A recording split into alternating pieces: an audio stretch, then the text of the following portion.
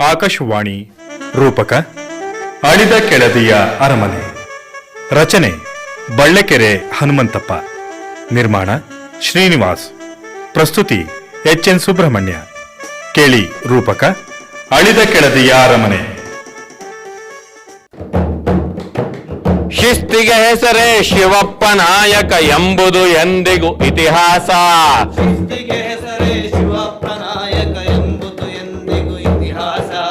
ಇವರೇ ನಮ್ಮ ಯುಗ ಪುರುಷ, ಈ ಸಂಸ್ಥಾನದ ಕಲಿಪುರುಷ. ಕರ್ನಾಟಕದಲ್ಲಿ ಭೂಮಿಯ ಗುಣಮಟ್ಟದ ಮೇಲೆ 5 ತರಹದ ಭೂ ವಿಂಗಡಣೆ ಮಾಡಿಸಿ ಭೂಮಿಗೆ ಅನುಗುಣವಾಗಿ ಕಂದಾಯವನ್ನು ನಿಗದಿ ಮಾಡಿದ ಮೊದಲಿಗ ಎಂಬ ಕೀರ್ತಿಗೆ ಪಾತ್ರನಾದವನು ಕೆಳದಿಯ 8ನೆಯ ದೊರೆ ಶಿವಪ್ಪ ನಾಯಕ. ಶಿವಪ್ಪ ನಾಯಕ ಅತ್ಯಂತ ದಕ್ಷ ಹಾಗೂ ಚಾಣಾಕ್ಷ. ಶಿವಪ್ಪ ನಾಯಕನ ಶಿಸ್ತು ಕ್ರಮ ಅಂದಿನ ಬ್ರಿಟಿಷ್ ಅಧಿಕಾರಿಗಳಿಗೆ ಮೆಚ್ಚುಗೆಯಾಗಿತ್ತು. ಶಿವಪ್ಪ ನಾಯಕ ಕ್ರಿಸ್ತಶಕ 1645ರಲ್ಲಿ ಪಟ್ಟಕ್ಕೆ ಬಂದು 1660ರವರೆಗೂ ಕೆಳದಿಯ ಸಂಸ್ಥಾನವನ್ನು ಆಳಿದ. ಕೆಳದಿಯ ಅರಸರಲ್ಲಿ ಈತನ ಕಾಲ ಸ್ವರ್ಣಯುಗ ಎಂಬ ಪ್ರಶಂಸೆಗೆ ಪಾತ್ರವಾಗಿದೆ. ವ್ಯಾಪಾರಕ್ಕೆಂದು ಬಂದು ಕರಾವಳಿ ರಾಜ್ಯಗಳಲ್ಲಿ ಉಪಟಳ ಕೊಡಲಾರಂಭಿಸಿದ್ದ ಡಚ್ಚರು, ಇಂಗ್ಲಿಷರು ಮತ್ತು ಪೋರ್ಚುಗೀಸರನ್ನ ಶಿವಪ್ಪ ನಾಯಕ ದಮನ ಮಾಡಿದ. ಗೋಲ್ಕೊಂಡದ ನವಾಬನಿಂದ ಪರಾಜಿತನಾದ ವಿಜಯನಗರದ ಶ್ರೀರಂಗ ರಾಜ ಶತ್ರುಗಳಿಂದ ಪಾರಾಗಲು ಕ್ರಿಸ್ತಶಕ 1646ರಲ್ಲಿ ಶಿವಪ್ಪ ನಾಯಕನ ಆಶ್ರಯ ಪಡೆದ. ಶ್ರೀರಂಗ ರಾಜನಿಗೋಸ್ಕರ ಶಿವಪ್ಪ ನಾಯಕ ಶ್ರೀರಂಗಪಟ್ಟಣವನ್ನು ಆಕ್ರಮಿಸಿ ಜಯಗಳಿಸಿದ. ನಾಯಕನ ಕಾಲದಲ್ಲಿ ಕೆಳದಿಯ ರಾಜ್ಯ ಪೂರ್ವಕ್ಕೆ ಚಿತ್ರದುರ್ಗದವರೆಗೆ, ಪಶ್ಚಿಮಕ್ಕೆ ಅರಬ್ಬಿ ಸಮುದ್ರದ ತೀರದವರೆಗೆ, ಉತ್ತರಕ್ಕೆ ಬಿಜಾಪುರ ಮತ್ತು ಮರಾಠಿ ಪ್ರಾಂತಗಳವರೆಗೆ ಮತ್ತು ದಕ್ಷಿಣದಲ್ಲಿ ಶ್ರೀರಂಗಪಟ್ಟಣದವರೆಗೆ ಹಬ್ಬಿತ್ತು. ಶಿವಪ್ಪ ನಾಯಕನು ಧರ್ಮ ಹಾಗೂ ದೈವಭೀರುವಾಗಿದ್ದ. ತುಂಗಭದ್ರಾ ತೀರದಲ್ಲಿ ಶಿವರಾಜಪುರ ಎಂಬ ಅಗ್ರಹಾರವನ್ನು ನಿರ್ಮಿಸಿ ಪಂಡಿತರಿಗೆ ಉಂಬಳಿಕೊಟ್ಟ. ಕಾಶಿಯಿಂದ ರಾಮೇಶ್ವರದವರೆಗೆ ಅಲ್ಲಲ್ಲಿ ಶೈವ ವೈಷ್ಣವ ದೇವಾಲಯಗಳಲ್ಲಿ ದಾನ ಧರ್ಮ ಪೂಜಾದಿಗಳು ನಡೆಯುವಂತೆ ನೆರವು ನೀಡಿದ. ಶೃಂಗೇರಿ ಮತ್ತು ಇತರೆ ಮಠಗಳಿಗೆ ಹಿಂದಿನಿಂದ ಬಂದ ರಾಜಾಶ್ರಯವನ್ನು ಮುಂದುವರೆಸಿದ. ಕ್ರೈಸ್ತರಿಗೆ ಉಪದೇಶ ಮಾಡುವ ಆ ಧರ್ಮಕ್ಕೆ ಜನರನ್ನ ಸೇರಿಸಿಕೊಳ್ಳುವ ಅವಕಾಶವನ್ನು ಕೊಟ್ಟಿದ್ದ. ನಗರದಲ್ಲಿ ಮುಸಲ್ಮಾನ ಬಂಧುಗಳಿಗೆ ಮಸೀದಿಯನ್ನು ಕಟ್ಟಿಸಿಕೊಟ್ಟ. ಇವನ ಆಸ್ಥಾನದಲ್ಲಿ ಅರಬ್ ದೇಶದ ರಾಯಭಾರಿ ಇದ್ದುದಾಗಿ ತಿಳಿದು ಬರುತ್ತದೆ. ಪ್ರಕೃತ ಶಿವಮೊಗ್ಗಕ್ಕೂ ಶಿವಪ್ಪ ನಾಯಕನಿಗೂ ಇರುವ ಐತಿಹಾಸಿಕ ಗತ ವೈಭವವನ್ನು ಗಮನಿಸೋಣ.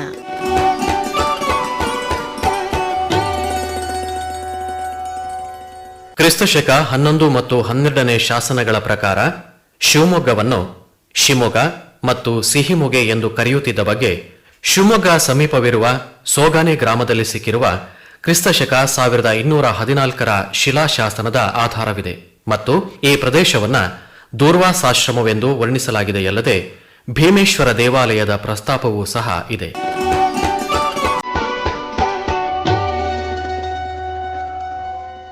ಮಲೆನಾಡಿನ ಈ ತುಂಗಾ ನದಿಯ ಪ್ರಶಸ್ತ ತಾಣವನ್ನು ಆಯ್ಕೆ ಮಾಡಿಕೊಂಡು ಕೆಳದಿಯ ಶಿವಪ್ಪ ನಾಯಕನು ಆಂಜನೇಯ ಮತ್ತು ಭೀಮೇಶ್ವರ ದೇವಾಲಯಗಳನ್ನು ಜೀರ್ಣೋದ್ಧಾರ ಮಾಡಿ ಅವುಗಳ ಪಕ್ಕದಲ್ಲಿಯೇ ಅರಮನೆ ಮತ್ತು ಭೀಮೇಶ್ವರ ದೇವಾಲಯದಿಂದ ಕೋರ್ಪಲಯನ ಛತ್ರದವರೆಗೂ ಕಲ್ಲಿನ ಬುರುಜಿನ ಕೋಟೆಯನ್ನ ಕಟ್ಟಿಸಿದ.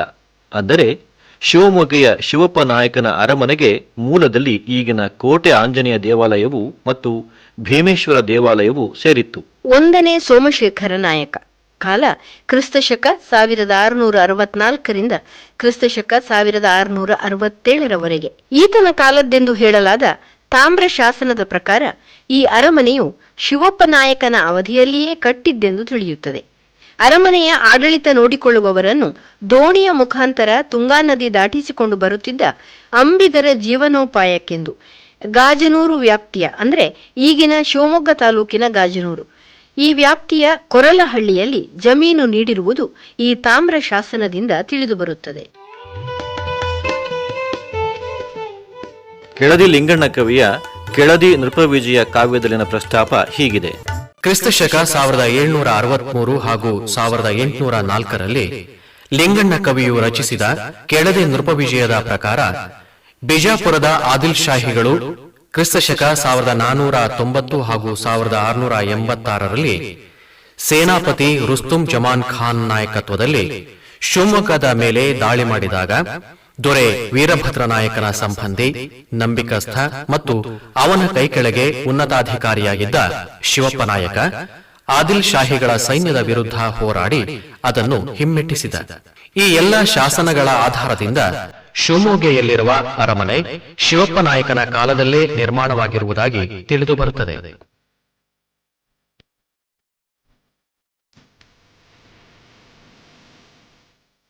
ಅಂದಿನ ಆರಗ ವಿಭಾಗವನ್ನು ನೋಡಿಕೊಳ್ಳುತ್ತಿದ್ದ.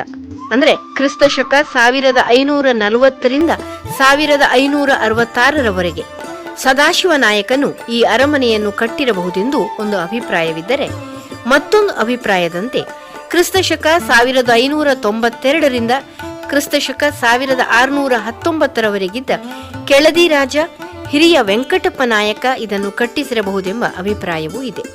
ಅಲ್ಲದೆ ಅರಮನೆ ಈಗಿರುವುದಕ್ಕಿಂತ ದೊಡ್ಡದಾಗಿದ್ದು ಆದಿಲ್ ಶಾಹಿಗಳ ದಾಳಿಯ ಕಾಲದಲ್ಲಿ ಕೆಲವು ಭಾಗ ನಾಶವಾಗಿದ್ದುದನ್ನು ಶಿವಪ್ಪ ನಾಯಕ ದುರಸ್ತಿ ಮಾಡಿರಬಹುದೆಂದು ಅಭಿಪ್ರಾಯವಿದೆ. ಈ ಅರಮನೆಯ ಬಗ್ಗೆ ಹೆಚ್ಚಿನ ಮಾಹಿತಿಯನ್ನು ನೀಡಿದವರು ಪುರಾತತ್ವ ಶಾಸ್ತ್ರಜ್ಞರಾದ ಡಾಕ್ಟರ್ ಎಸ್.ಜಿ. ಸಾಮಕ್. ಈ ಶಿವಪ್ಪ ನಾಯಕ ಅರಮನೆ ಇದೆಯಲ್ಲ, ಇದನ್ನ ಯಾರು ಕಟ್ಟಿನೋದು ಅನ್ನೋದ್ರ ಬಗ್ಗೆ ನಿಖರವಾದ ಮಾಹಿತಿ ಇಲ್ಲ. ಆದರೆ ಕೆಳದಿ ದೊರೆ 1ನೇ ಸೋಮಶೇಖರ ನಾಯಕನ ಕಾಲದಲ್ಲಿ ಆಗಿರಬಹುದೆಂದು ಊಹಿಸಲಾಗಿದೆ. ಅವನ ಕಾಲ 1664ರಿಂದ 77. ಆದರೆ ಶಿವಪ್ಪ ನಾಯಕರ ಕಾಲದಲ್ಲಿ ಈ ಅರಮನೆ ಇತ್ತೆಂಬುದಕ್ಕೆ ಶಾಸನದ ಉಲ್ಲೇಖ ಕೂಡ ಇದೆ. ವೀರಭದ್ರ ನಾಯಕನ ಕಾಲದಲ್ಲಿ ಬಿಜಾಪುರದ ಆದಿಲ್ ಶಾಹಿ ಸೈನ್ಯ ಈ ಕಡೆ ಮುತ್ತಿಗೆ ಹಾಕಿದಾಗ ಶಿವಪ್ಪ ನಾಯಕ ಅವರನ್ನ ಹಿಮ್ಮೆಟ್ಟಿಸಿದಂತ ಉಲ್ಲೇಖ ಕೂಡ ಇದೆ. ಒಟ್ಟಿನಲ್ಲಿ ಶಿವಪ್ಪ ನಾಯಕನ ಕಾಲದಲ್ಲಂತೂ ಈ ಅರಮನೆ ಅಸ್ತಿತ್ವದಲ್ಲಿ ಇತ್ತು. ಕೆಳದಿ ದೊರೆ ಸದಾಶಿವ ನಾಯಕನ ಕಾಲದಲ್ಲಿ ಅಂದ್ರೆ 1548ರಿಂದ 66ರವರೆಗೆ ಇಲ್ಲಿ ಅರಮನೆ ಹಾಗೂ ಕೋಟೆ ನಿರ್ಮಾಣವಾಗೋದ ಬಗ್ಗೆ ಕೂಡ ಕೆಲವು ಮಾಹಿತಿ ಇದೆ. ಆದರೆ ನಿಖರವಾಗಿ ಕೂಡ ಈ ಅರಮನೆ ಯಾವತ್ತಿತ್ತು ಅಂತ ಹೇಳಕ್ಕಾಗಲ್ಲ. ಆದರೆ 4ನೇ ಶತಮಾನದಿಂದ ಈ ಶಿವಮೊಗ್ಗ ಪಟ್ಟಣ ಇತ್ತು, ಅದು ಅಸ್ತಿತ್ವದಲ್ಲಿದ್ದರಿಂದ ಕೆಳದಿ ಅರಸರು ಈ ಪ್ರದೇಶವನ್ನು ತಮ್ಮ ಅಧೀನಕ್ಕೆ ತಗೊಂಡಾಗ ಇಲ್ಲಿ ಒಂದು ಅರಮನೆ ನಿರ್ಮಿಸಿರುವ ಒಂದು ವಿಷಯ ಗೊತ್ತಾಗುತ್ತೆ. ಹಿರಿಯ ವೆಂಕಟಪ್ಪ ನಾಯಕನ ಕಾಲದಲ್ಲಂತೂ ಈ ಅರಮನೆ ಇದ್ದಿದ್ದಕ್ಕೆ ಸಾಕಷ್ಟು ಪುರಾವೆ ಕೂಡ ಇದೆ. ಈ ಅರಮನೆ ನಂತರದ ಕಾಲದಲ್ಲಿ ಸಾಕಷ್ಟು ಐತಿಹಾಸಿಕ ಮಹತ್ವವನ್ನು ಪಡ್ಕೊಂಡಿದೆ. ಶಿವಾಜಿಯ ಮಗ ರಾಜಾರಾಮ ಅವನು ಔರಂಗಜೇಬನಿಂದ ತಪ್ಪಿಸ್ಕೊಂಡು ಬರ್ತಾ ಇರುವಂಥ ಸಂದರ್ಭದಲ್ಲಿ ಇಲ್ಲಿ ಬಂದು 1-2 ದಿವಸ ಇದ್ದು ಇಲ್ಲಿಂದ ತನ್ನ ಆಪ್ತರನ್ನ ಕೆಳದಿ ಆಸ್ಥಾನಕ್ಕೆ ಕಳಿಸಿ ಚೆನ್ನಮ್ಮಾಜಿಯ ಒಂದು ಸಹಾಯವನ್ನು ಯಾಚಿಸಿದ ಬಗ್ಗೆ, ಮತ್ತೆ ಚೆನ್ನಮ್ಮಾಜಿ ಅವನಿಗೆ ಆಶ್ರಯ ಕೊಟ್ಟು ಅಲ್ಲಿಂದ ಅವನು ಜಿಂಜಿ ಕೋಟೆ ಕಟ್ಟಿಸಿದ ಕೂಡ ಒಂದು ಉಲ್ಲೇಖ ಇದೆ. ಅದರಿಂದ ಅದು ಕೂಡ ಒಂದು ಇತಿಹಾಸದಲ್ಲಿ ವಿಶೇಷವಾದ ಮಹತ್ವ. ಮತ್ತೆ 18ನೇ ಶತಮಾನದ ಪೂರ್ವ ಭಾಗದಲ್ಲಿ ಬ್ರಿಟಿಷರಿಗೆ ಸಿಂಹಸ್ವಪ್ನವಾಗಿದ್ದಂತಹ ಈ ಚನ್ನಗಿರಿಯ ದೊಂಡಿಯ ವಾಗ್ ಈ ಅರಮನೆಯಲ್ಲಿ ವಾಸ ಮಾಡ್ತಿದ್ದ ಅನ್ನೋ ಉಲ್ಲೇಖ ಇದೆ. 1799ರಲ್ಲಿ ಬ್ರಿಟಿಷರು ಅವನನ್ನ ಸೋಲಿಸಿ ಈ ಅರಮನೆಯನ್ನು ವಶಪಡಿಸಿಕೊಂಡಿದ್ರು. ನಂತರ ಈ ಪ್ರದೇಶ ಮೈಸೂರಿನ ಸಂಸ್ಥಾನಕ್ಕೆ ಸೇರ್ಪಡೆಯಾದಾಗ ಮೈಸೂರು ಲೋಕೋಪಯೋಗಿ ಇಲಾಖೆಯ ಅಧೀನಕ್ಕೆ ಬಂದಿತ್ತು. ನಂತರದ ದಿನಗಳಲ್ಲಿ ರಾಜ್ಯ ಅರಣ್ಯ ಇಲಾಖೆ ಇದನ್ನ ಹೊಂದ್ಕೊಂಡಿತ್ತು. ನಮ್ಮ ರಾಜ್ಯ ಪುರಾತತ್ವ ಇಲಾಖೆ ಅಂತ ತಗೊಂಡ್ಮೇಲೆ ಇಲ್ಲಿ ಸಾಕಷ್ಟು ಸಂರಕ್ಷಣಾ ಕಾರ್ಯವನ್ನು ಮಾಡಿದೆ. ಇಂದು ಈ ಅರಮನೆಯ ಪರಿಸರದಲ್ಲಿ ಸುಂದರವಾದ ಉದ್ಯಾನವನ್ನು ನಿರ್ಮಿಸಿದೆ. ಜೊತೆಯಲ್ಲಿ ಶಿವಮೊಗ್ಗ ಜಿಲ್ಲೆಯ ವಿವಿಧ ಭಾಗಗಳಿಂದ ಸಂಗ್ರಹಿಸಿ ತಂದಂತಹ ದೇವದೇವತೆಗಳ ಶಿಲ್ಪಗಳು, ವೀರಗಲ್ಲು, ಮಾಸ್ತಿಕಲ್ಲು ಮುಂತಾದವನ್ನು ಕೂಡ ಇಲ್ಲಿ ಕಾಲಾನುಕ್ರಮವಾಗಿ ಹಾಗೂ ಶೈಲಿಯ ಆಧಾರದ ಮೇಲೆ ಜೋಡಿಸಿದ್ದಾರೆ. ಈ ಶಿಲ್ಪಗಳು ಶಿವಮೊಗ್ಗ ಜಿಲ್ಲೆಯ ಧಾರ್ಮಿಕ, ಸಾಂಸ್ಕೃತಿಕ, ಕಲಾರಂಗದ ಬಗ್ಗೆ ವಿಶೇಷ ಮಾಹಿತಿಯನ್ನ ನೀಡುತ್ತೆ. ಒಟ್ಟಿನಲ್ಲಿ ಈ ಅರಮನೆ ಶಿವಮೊಗ್ಗ ನಗರದ ಒಂದು ಅಮೂಲ್ಯ ಸ್ಮಾರಕವಾಗಿದ್ದು ಜಿಲ್ಲೆಯ ಸಾಂಸ್ಕೃತಿಕ, ರಾಜಕೀಯ, ಧಾರ್ಮಿಕ ಕ್ಷೇತ್ರದ ಹಲವು ಮುಖಗಳ ಪರಿಚಯ ಮಾಡಿಕೊಡ್ತಾ ಇದೆ.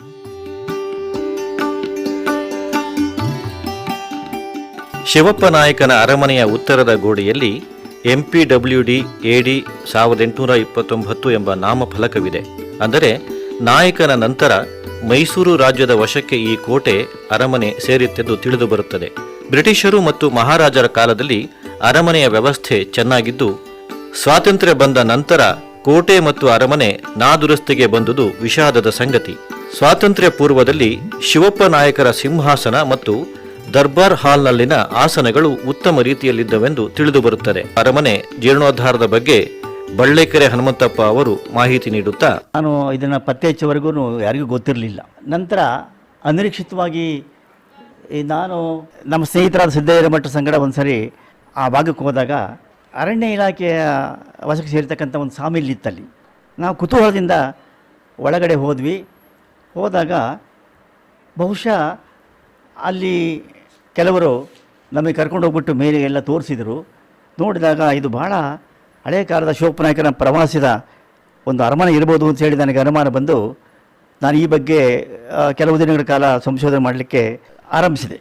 ಇಂತಹ ಭವ್ಯ ಇತಿಹಾಸವುಳ್ಳ ಅರಮನೆ ಪರಂಪರೆಯನ್ನು ಸಂರಕ್ಷಣೆಗೋಸ್ಕರವಾಗಿ ಅರಮನೆಯನ್ನು ಅರಣ್ಯ ಇಲಾಖೆ ವಶದಿಂದ ಬಿಡಿಸಲು ಬಹಳಷ್ಟು ವರ್ಷ ಸರ್ಕಾರದೊಡನೆ ಹೋರಾಟವನ್ನೇ ಮಾಡಬೇಕಾಯಿತು. ಅರಮನೆ ರಕ್ಷಣೆಗೋಸ್ಕರವಾಗಿ ನಮ್ಮ ಸಂಸ್ಕೃತಿಯನ್ನು ಬಿಂಬಿಸುವ ಜಾನಪದ ವಸ್ತು ಸಂಗ್ರಹಾಲಯವನ್ನು ಸ್ಥಾಪನೆ ಮಾಡಬೇಕು ಅಂತೇಳಿ ಯೋಜಿಸಿ ಕರ್ನಾಟಕ ಸಂಘದ ಆಗಿನ ಅಧ್ಯಕ್ಷರಾಗಿದ್ದ ಹಿರಿಯ ನ್ಯಾಯವಾದಿಗಳಾದ ಶ್ರೀ ಮೈಸಿ ನರಸಿಂಹಮೂರ್ತಿ, ಶ್ರೀ ಹಸೂಡಿ ದತ್ತಾಶಾಸ್ತ್ರಿ, ಜಾನಪದ ಅಕಾಡೆಮಿಯ ಅಂದಿನ ಅಧ್ಯಕ್ಷರಾಗಿದ್ದ Shri H L Nagegowda, Shri Siddaiah Hiremath, Shri M C Maheshwarappa ಇವರುಗಳ ನೇತೃತ್ವದಲ್ಲಿ ಶಿವಪ್ಪನಾಯಕನ ಅರಮನೆಯ ಜೀರ್ಣೋದ್ಧಾರ ಸಮಿತಿಯನ್ನು ಸ್ಥಾಪಿಸಿ ನಾನು ಅದರ ಸಂಚಾಲಕನಾಗಿ ಸರ್ಕಾರ ಮತ್ತು ಅರಣ್ಯ ಇಲಾಖೆಯೊಂದಿಗೆ ಮಾಡಿದ ಪ್ರಯತ್ನದ ಫಲವಾಗಿ ದಿನಾಂಕ 19/2/1982ರಲ್ಲಿ ಶಿವಮೊಗ್ಗದಲ್ಲಿ ರಾಜ್ಯ ಸಚಿವ ಸಂಪುಟ ಸಮಾವೇಶಗೊಂಡ ಸಂದರ್ಭ, ರಾಜ್ಯ ಸಚಿವ ಸಂಪುಟ ಸಭೆ ಮುಗಿದ ನಂತರ ನಮಗೆ ಒಂದು ಮಾತನ್ನು ಹೇಳಿದರು.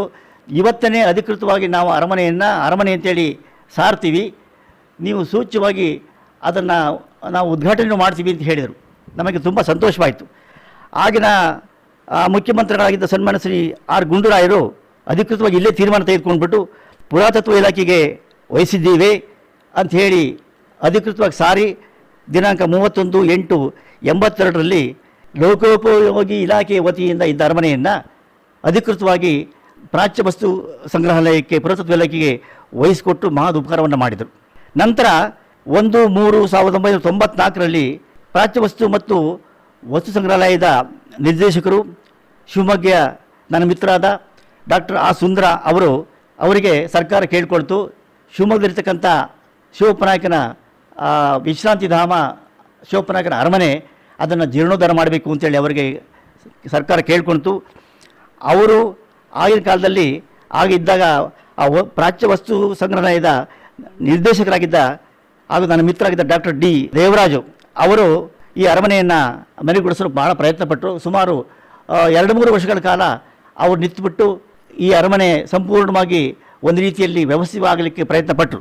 ಈ ಅರಮನೆ ಪ್ರಾಚ್ಯ ವಸ್ತು ಸಂಶೋಧನಾಲಯ ಇಲಾಖೆಯವರು ಜೀರ್ಣೋದ್ಧಾರ ಮಾಡುವಾಗ ಬಹಳ ಮುಖ್ಯವಾದ ಕೆಲವು ವಿಚಾರಗಳು ನಮಗೆ ಮನನವಾಯಿತು. ಅರಮನೆ ಸುತ್ತ ಉತ್ಖನನ ಮಾಡಿದಾಗ ಸುಟ್ಟ ಇಟ್ಟಿಗೆಗಳ ತಳಪಾಯವಿದ್ದು, ಬಹುಶಃ ಈಗ ಅರಮನೆ ಇರ್ತಕ್ಕಂಥ ಪೂರ್ವ ಭಾಗದಲ್ಲಿ ಹೆಚ್ಚು ಕಡಿಮೆ ಕೋರ್ಪುಲಿನ ಚಿತ್ರದವರೆಗೂ ವಿಶಾಲವಾದ ಜಾಗ ಇತ್ತು. ಈಗ ಅಲ್ಲಿ ಅನಧಿಕೃತವಾಗಿ ಕಟ್ಟಡಗಳನ್ನು ಕಟ್ಟಿಕೊಂಡು ಈಗ ವಾಸ ಮಾಡ್ತಿದ್ದಾರೆ. ಅದನ್ನು ನಾವು ಸರ್ಕಾರಕ್ಕೆ ವಿನಂತಿ ಮಾಡಿಕೊಂಡಿದ್ವಿ. ಸ್ವಲ್ಪ ಅರಮನೆ ಕಳೆ ಬರಬೇಕಾದ್ರೆ ಅರಮನೆ ಮುಂಭಾಗದ ಜಾಗ ವಿಶಾಲವಾಗಿರಬೇಕು, ಅದನ್ನು ತೆರವು ಮಾಡಿಸಿ ಅವರಿಗೆ ಅನುಕೂಲ ಮಾಡಿ ಅವರಿಗೆ ಬೇರೆ ವ್ಯವಸ್ಥೆ ಮಾಡಿಕೊಡಿ ಅಂತ ಕೇಳಿಕೊಂಡಿದ್ವಿ. ಅದಿನ್ನೂ ಕಾರ್ಯಗತ ಆಗಿಲ್ಲ. ಬೆಟ್ಟದ ಮೇಲೆ ನಿಂತ ಹೈದರನ ಸೇನೆಯ ಹಿಂದ ಕಟ್ಟಿದನು. ಬೆಟ್ಟದ ಮೇಲೆ ನಿಂತ ಹೈದರನ ಸೇನೆಯ ಹಿಂದ ಕಟ್ಟಿದನು. ಸೇನೆಗೆ ಎದೆಯನು ಒಡ್ಡಿಹನು. ಪ್ರಾಣವ ತೊರೆಯಲು ಶಿವಪ್ಪ ಸೈನ್ಯದ ಯೋಧರೆಲ್ಲ ಎದೆ ಒಡ್ಡಿಹರು. ಪ್ರಾಣವ ತೊರೆಯಲು ಶಿವಪ್ಪ ಸೈನ್ಯದ ಯೋಧರೆಲ್ಲ ಎದೆ ಒಡ್ಡಿಹರು. ಮತ್ತು ಇನ್ನೊಂದು ಭಾಳ ಮುಖ್ಯವಾದ ಅಂಶ ಅಂತಂದರೆ, ಹಿಂದೆ ಈ ಕೋಟೆ ಕೊತ್ತಳ ಅರಮನೆ ಕಟ್ಟಬೇಕಾದ್ರೆ, ದೇವಸ್ಥಾನ ಕಟ್ಟಬೇಕಾದ್ರೆ ನದಿಯ ದಡವನ್ನೇ ಆಶ್ರಯಿಸಿಕೊಳ್ತಿದ್ರು. ಈ ಶಿವಪ್ಪನಾಯಕನ ಅರಮನೆಯ ಎಡಭಾಗದಲ್ಲಿ ಒಂದು ಆಳವಾದ ಸುರಂಗ ಮಾರ್ಗ ಇದೆ. ನಾನು ಅಲ್ಲಿ ಪ್ರವೇಶ ಮಾಡಲಿಕ್ಕೆ ಹೋದಾಗ ಸುಮಾರು 100 ಅಡಿ ಹೋಗಿ ಹಿಂದಕ್ಕೆ ಬಂದೆ. ನಾನು ಆ ಪ್ರವೇಶ ದ್ವಾರ ಹೆಚ್ಚು ಕಡಿಮೆ ಉತ್ತರದಿಂದ ದಕ್ಷಿಣದವರೆಗೆ, ಅಂದರೆ ತುಂಗಾ ನದಿಯ ಒಳಭಾಗದಲ್ಲಿ ಹೋಗಿ ಪೂರ್ಣಗೊಂಡಿದೆ ಅಂಥೇಳಿ ತಜ್ಞರು ಅಭಿಪ್ರಾಯ ಪಡ್ತಾರೆ. ಇದು ಒಂದು ಸುರಂಗ ಮಾರ್ಗ ಅಂಥೇಳಿ ತಿಳಿದು ಬರುತ್ತೆ. ಈ ಬಗ್ಗೆ ಸಂಶೋಧನೆ ಆಗಬೇಕಾಗಿದೆ. ಬಹುಶಃ ಈ ಕೆಲಸವನ್ನು ಸಂಶೋಧನಾ ಇಲಾಖೆಯವರು ಪೂರ್ಣಗೊಂಡು ಈ ಸುರಂಗ ಮಾರ್ಗದ ಮೂಲಕವಾಗಿ ಈ ಅರಮನೆ ಕೆಲಸಗಾರರು ಬೇರೆಯವರು ಕಳ್ಳಕಾಕರು ಬಂದಾಗ ಗುಪ್ತವಾಗಿ ನದಿಗೆ ಹೋಗಿಬಿಟ್ಟು ಆ ಕಡೆ ದಾಟ್ತಿದ್ರು ಅಂತಕ್ಕಂಥ ಒಂದು ಅಂಶ ನಮಗೆ ತಿಳಿದು ಬರುತ್ತೆ.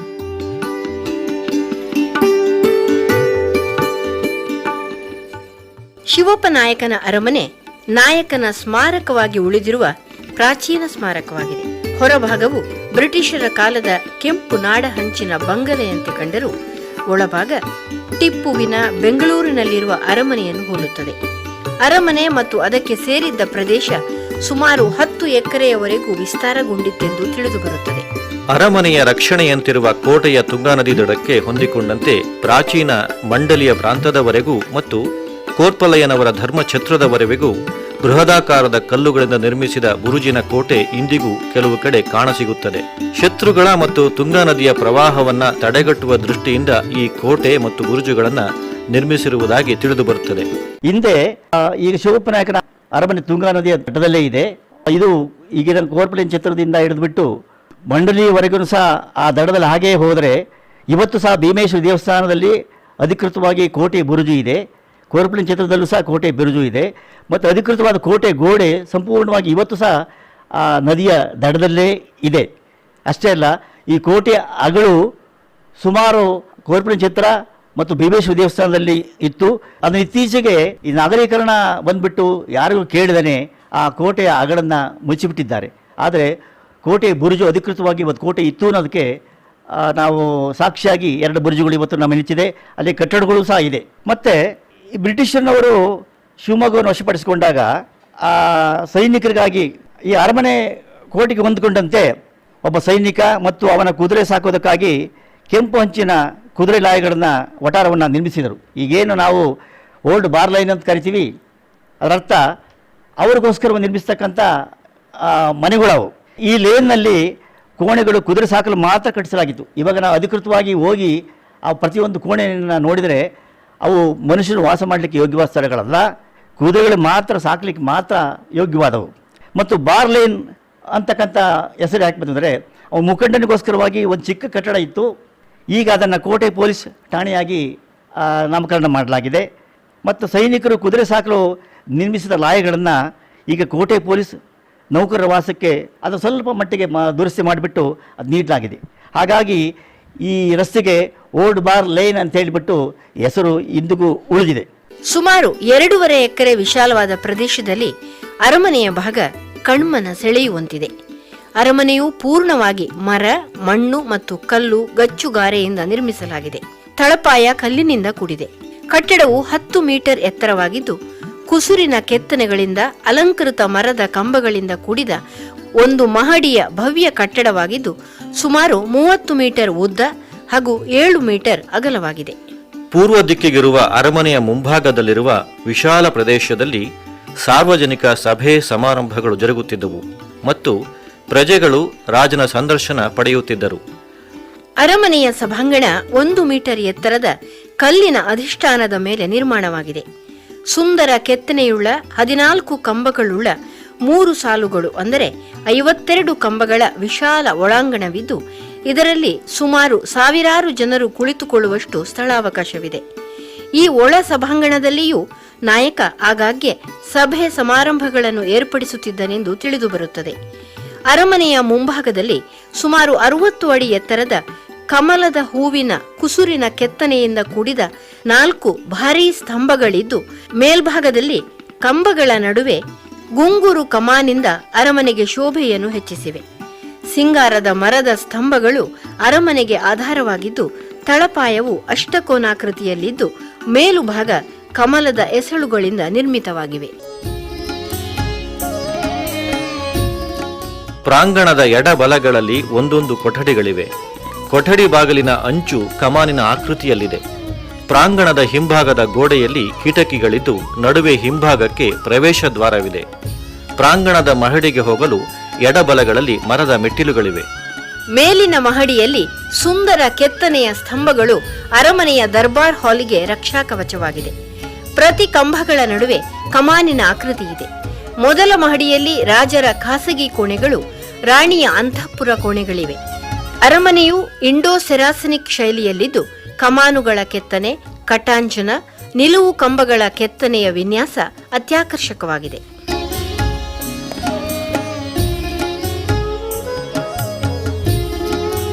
ಈ ಅರಮನೆಗೆ ಹೊಂದಿಕೊಂಡಂತಿರುವ ಪ್ರಾಚ್ಯವಸ್ತು ಸಂಗ್ರಹಾಲಯದಲ್ಲಿ ಕೆಳದಿ ಅರಸರ ನಾಣ್ಯ, ಕತ್ತಿ, ಗುರಾಣಿ, ತಾಮ್ರ ಹಾಗೂ ಕಾಗದದ ಸನ್ನದುಗಳು, ಕಂಚಿನ ವಿಗ್ರಹಗಳು ಈ ಅರಮನೆಯ ಗೋಡೆಯಲ್ಲಿ ಅಲಂಕರಿಸಿವೆ. ಅರಮನೆಯ ಸುತ್ತಮುತ್ತ ಮತ್ತು ಒಳಾಂಗಣದಲ್ಲಿ ಶೈವ, ವೈಷ್ಣವ, ಜೈನ ತೀರ್ಥಂಕರರ ವಿಗ್ರಹಗಳಿವೆ ಹಾಗೂ ಹಲವಾರು ಶಾಸನಗಳ ಸಂಗ್ರಹದಿಂದಾಗಿ ಶಿವಪ್ಪನಾಯಕ ಅರಮನೆಯ ಗತವೈಭವ ಪುನಃ ಮರುಕಳಿಸಿರುವುದು ಹೆಮ್ಮೆಯ ಸಂಗತಿಯಾಗಿದೆ. ಇತ್ತೀಚೆಗೆ ಸರ್ಕಾರ ಇಲ್ಲಿ ಸುಂದರ ಉದ್ಯಾನವನ, ಅತಿಥಿ ಗೃಹ, ಬೆಳಕಿನ ವ್ಯವಸ್ಥೆಯನ್ನು ಮಾಡಿದೆ. ಅಲ್ಲದೆ ಐತಿಹಾಸಿಕ ಮತ್ತು ಸಾಂಸ್ಕೃತಿಕ ಸಭೆ ಸಮಾರಂಭಗಳು ಆಗಾಗ ನಡೆಯುತ್ತಿದ್ದು, ಕಳೆದ ಕೆಳದಿ ಅರಸರ ವೈಭವ ಮತ್ತೆ ಮರುಕಳಿಸಿರುವುದು ಶಿವಮೊಗ್ಗೆಯ ಇತಿಹಾಸಕ್ಕೆ ಕೋಡು ಮೂಡಿಸಿದಂತಾಗಿದೆ. ಶಿವಪ್ಪ ನಾಯಕ ಅರಮನೆ ಪ್ರಸ್ತುತ ಒಂದು ಐತಿಹಾಸಿಕ ಪ್ರವಾಸಿಗಳ ಮಹತ್ವದ ತಾಣವಾಗಿದೆ.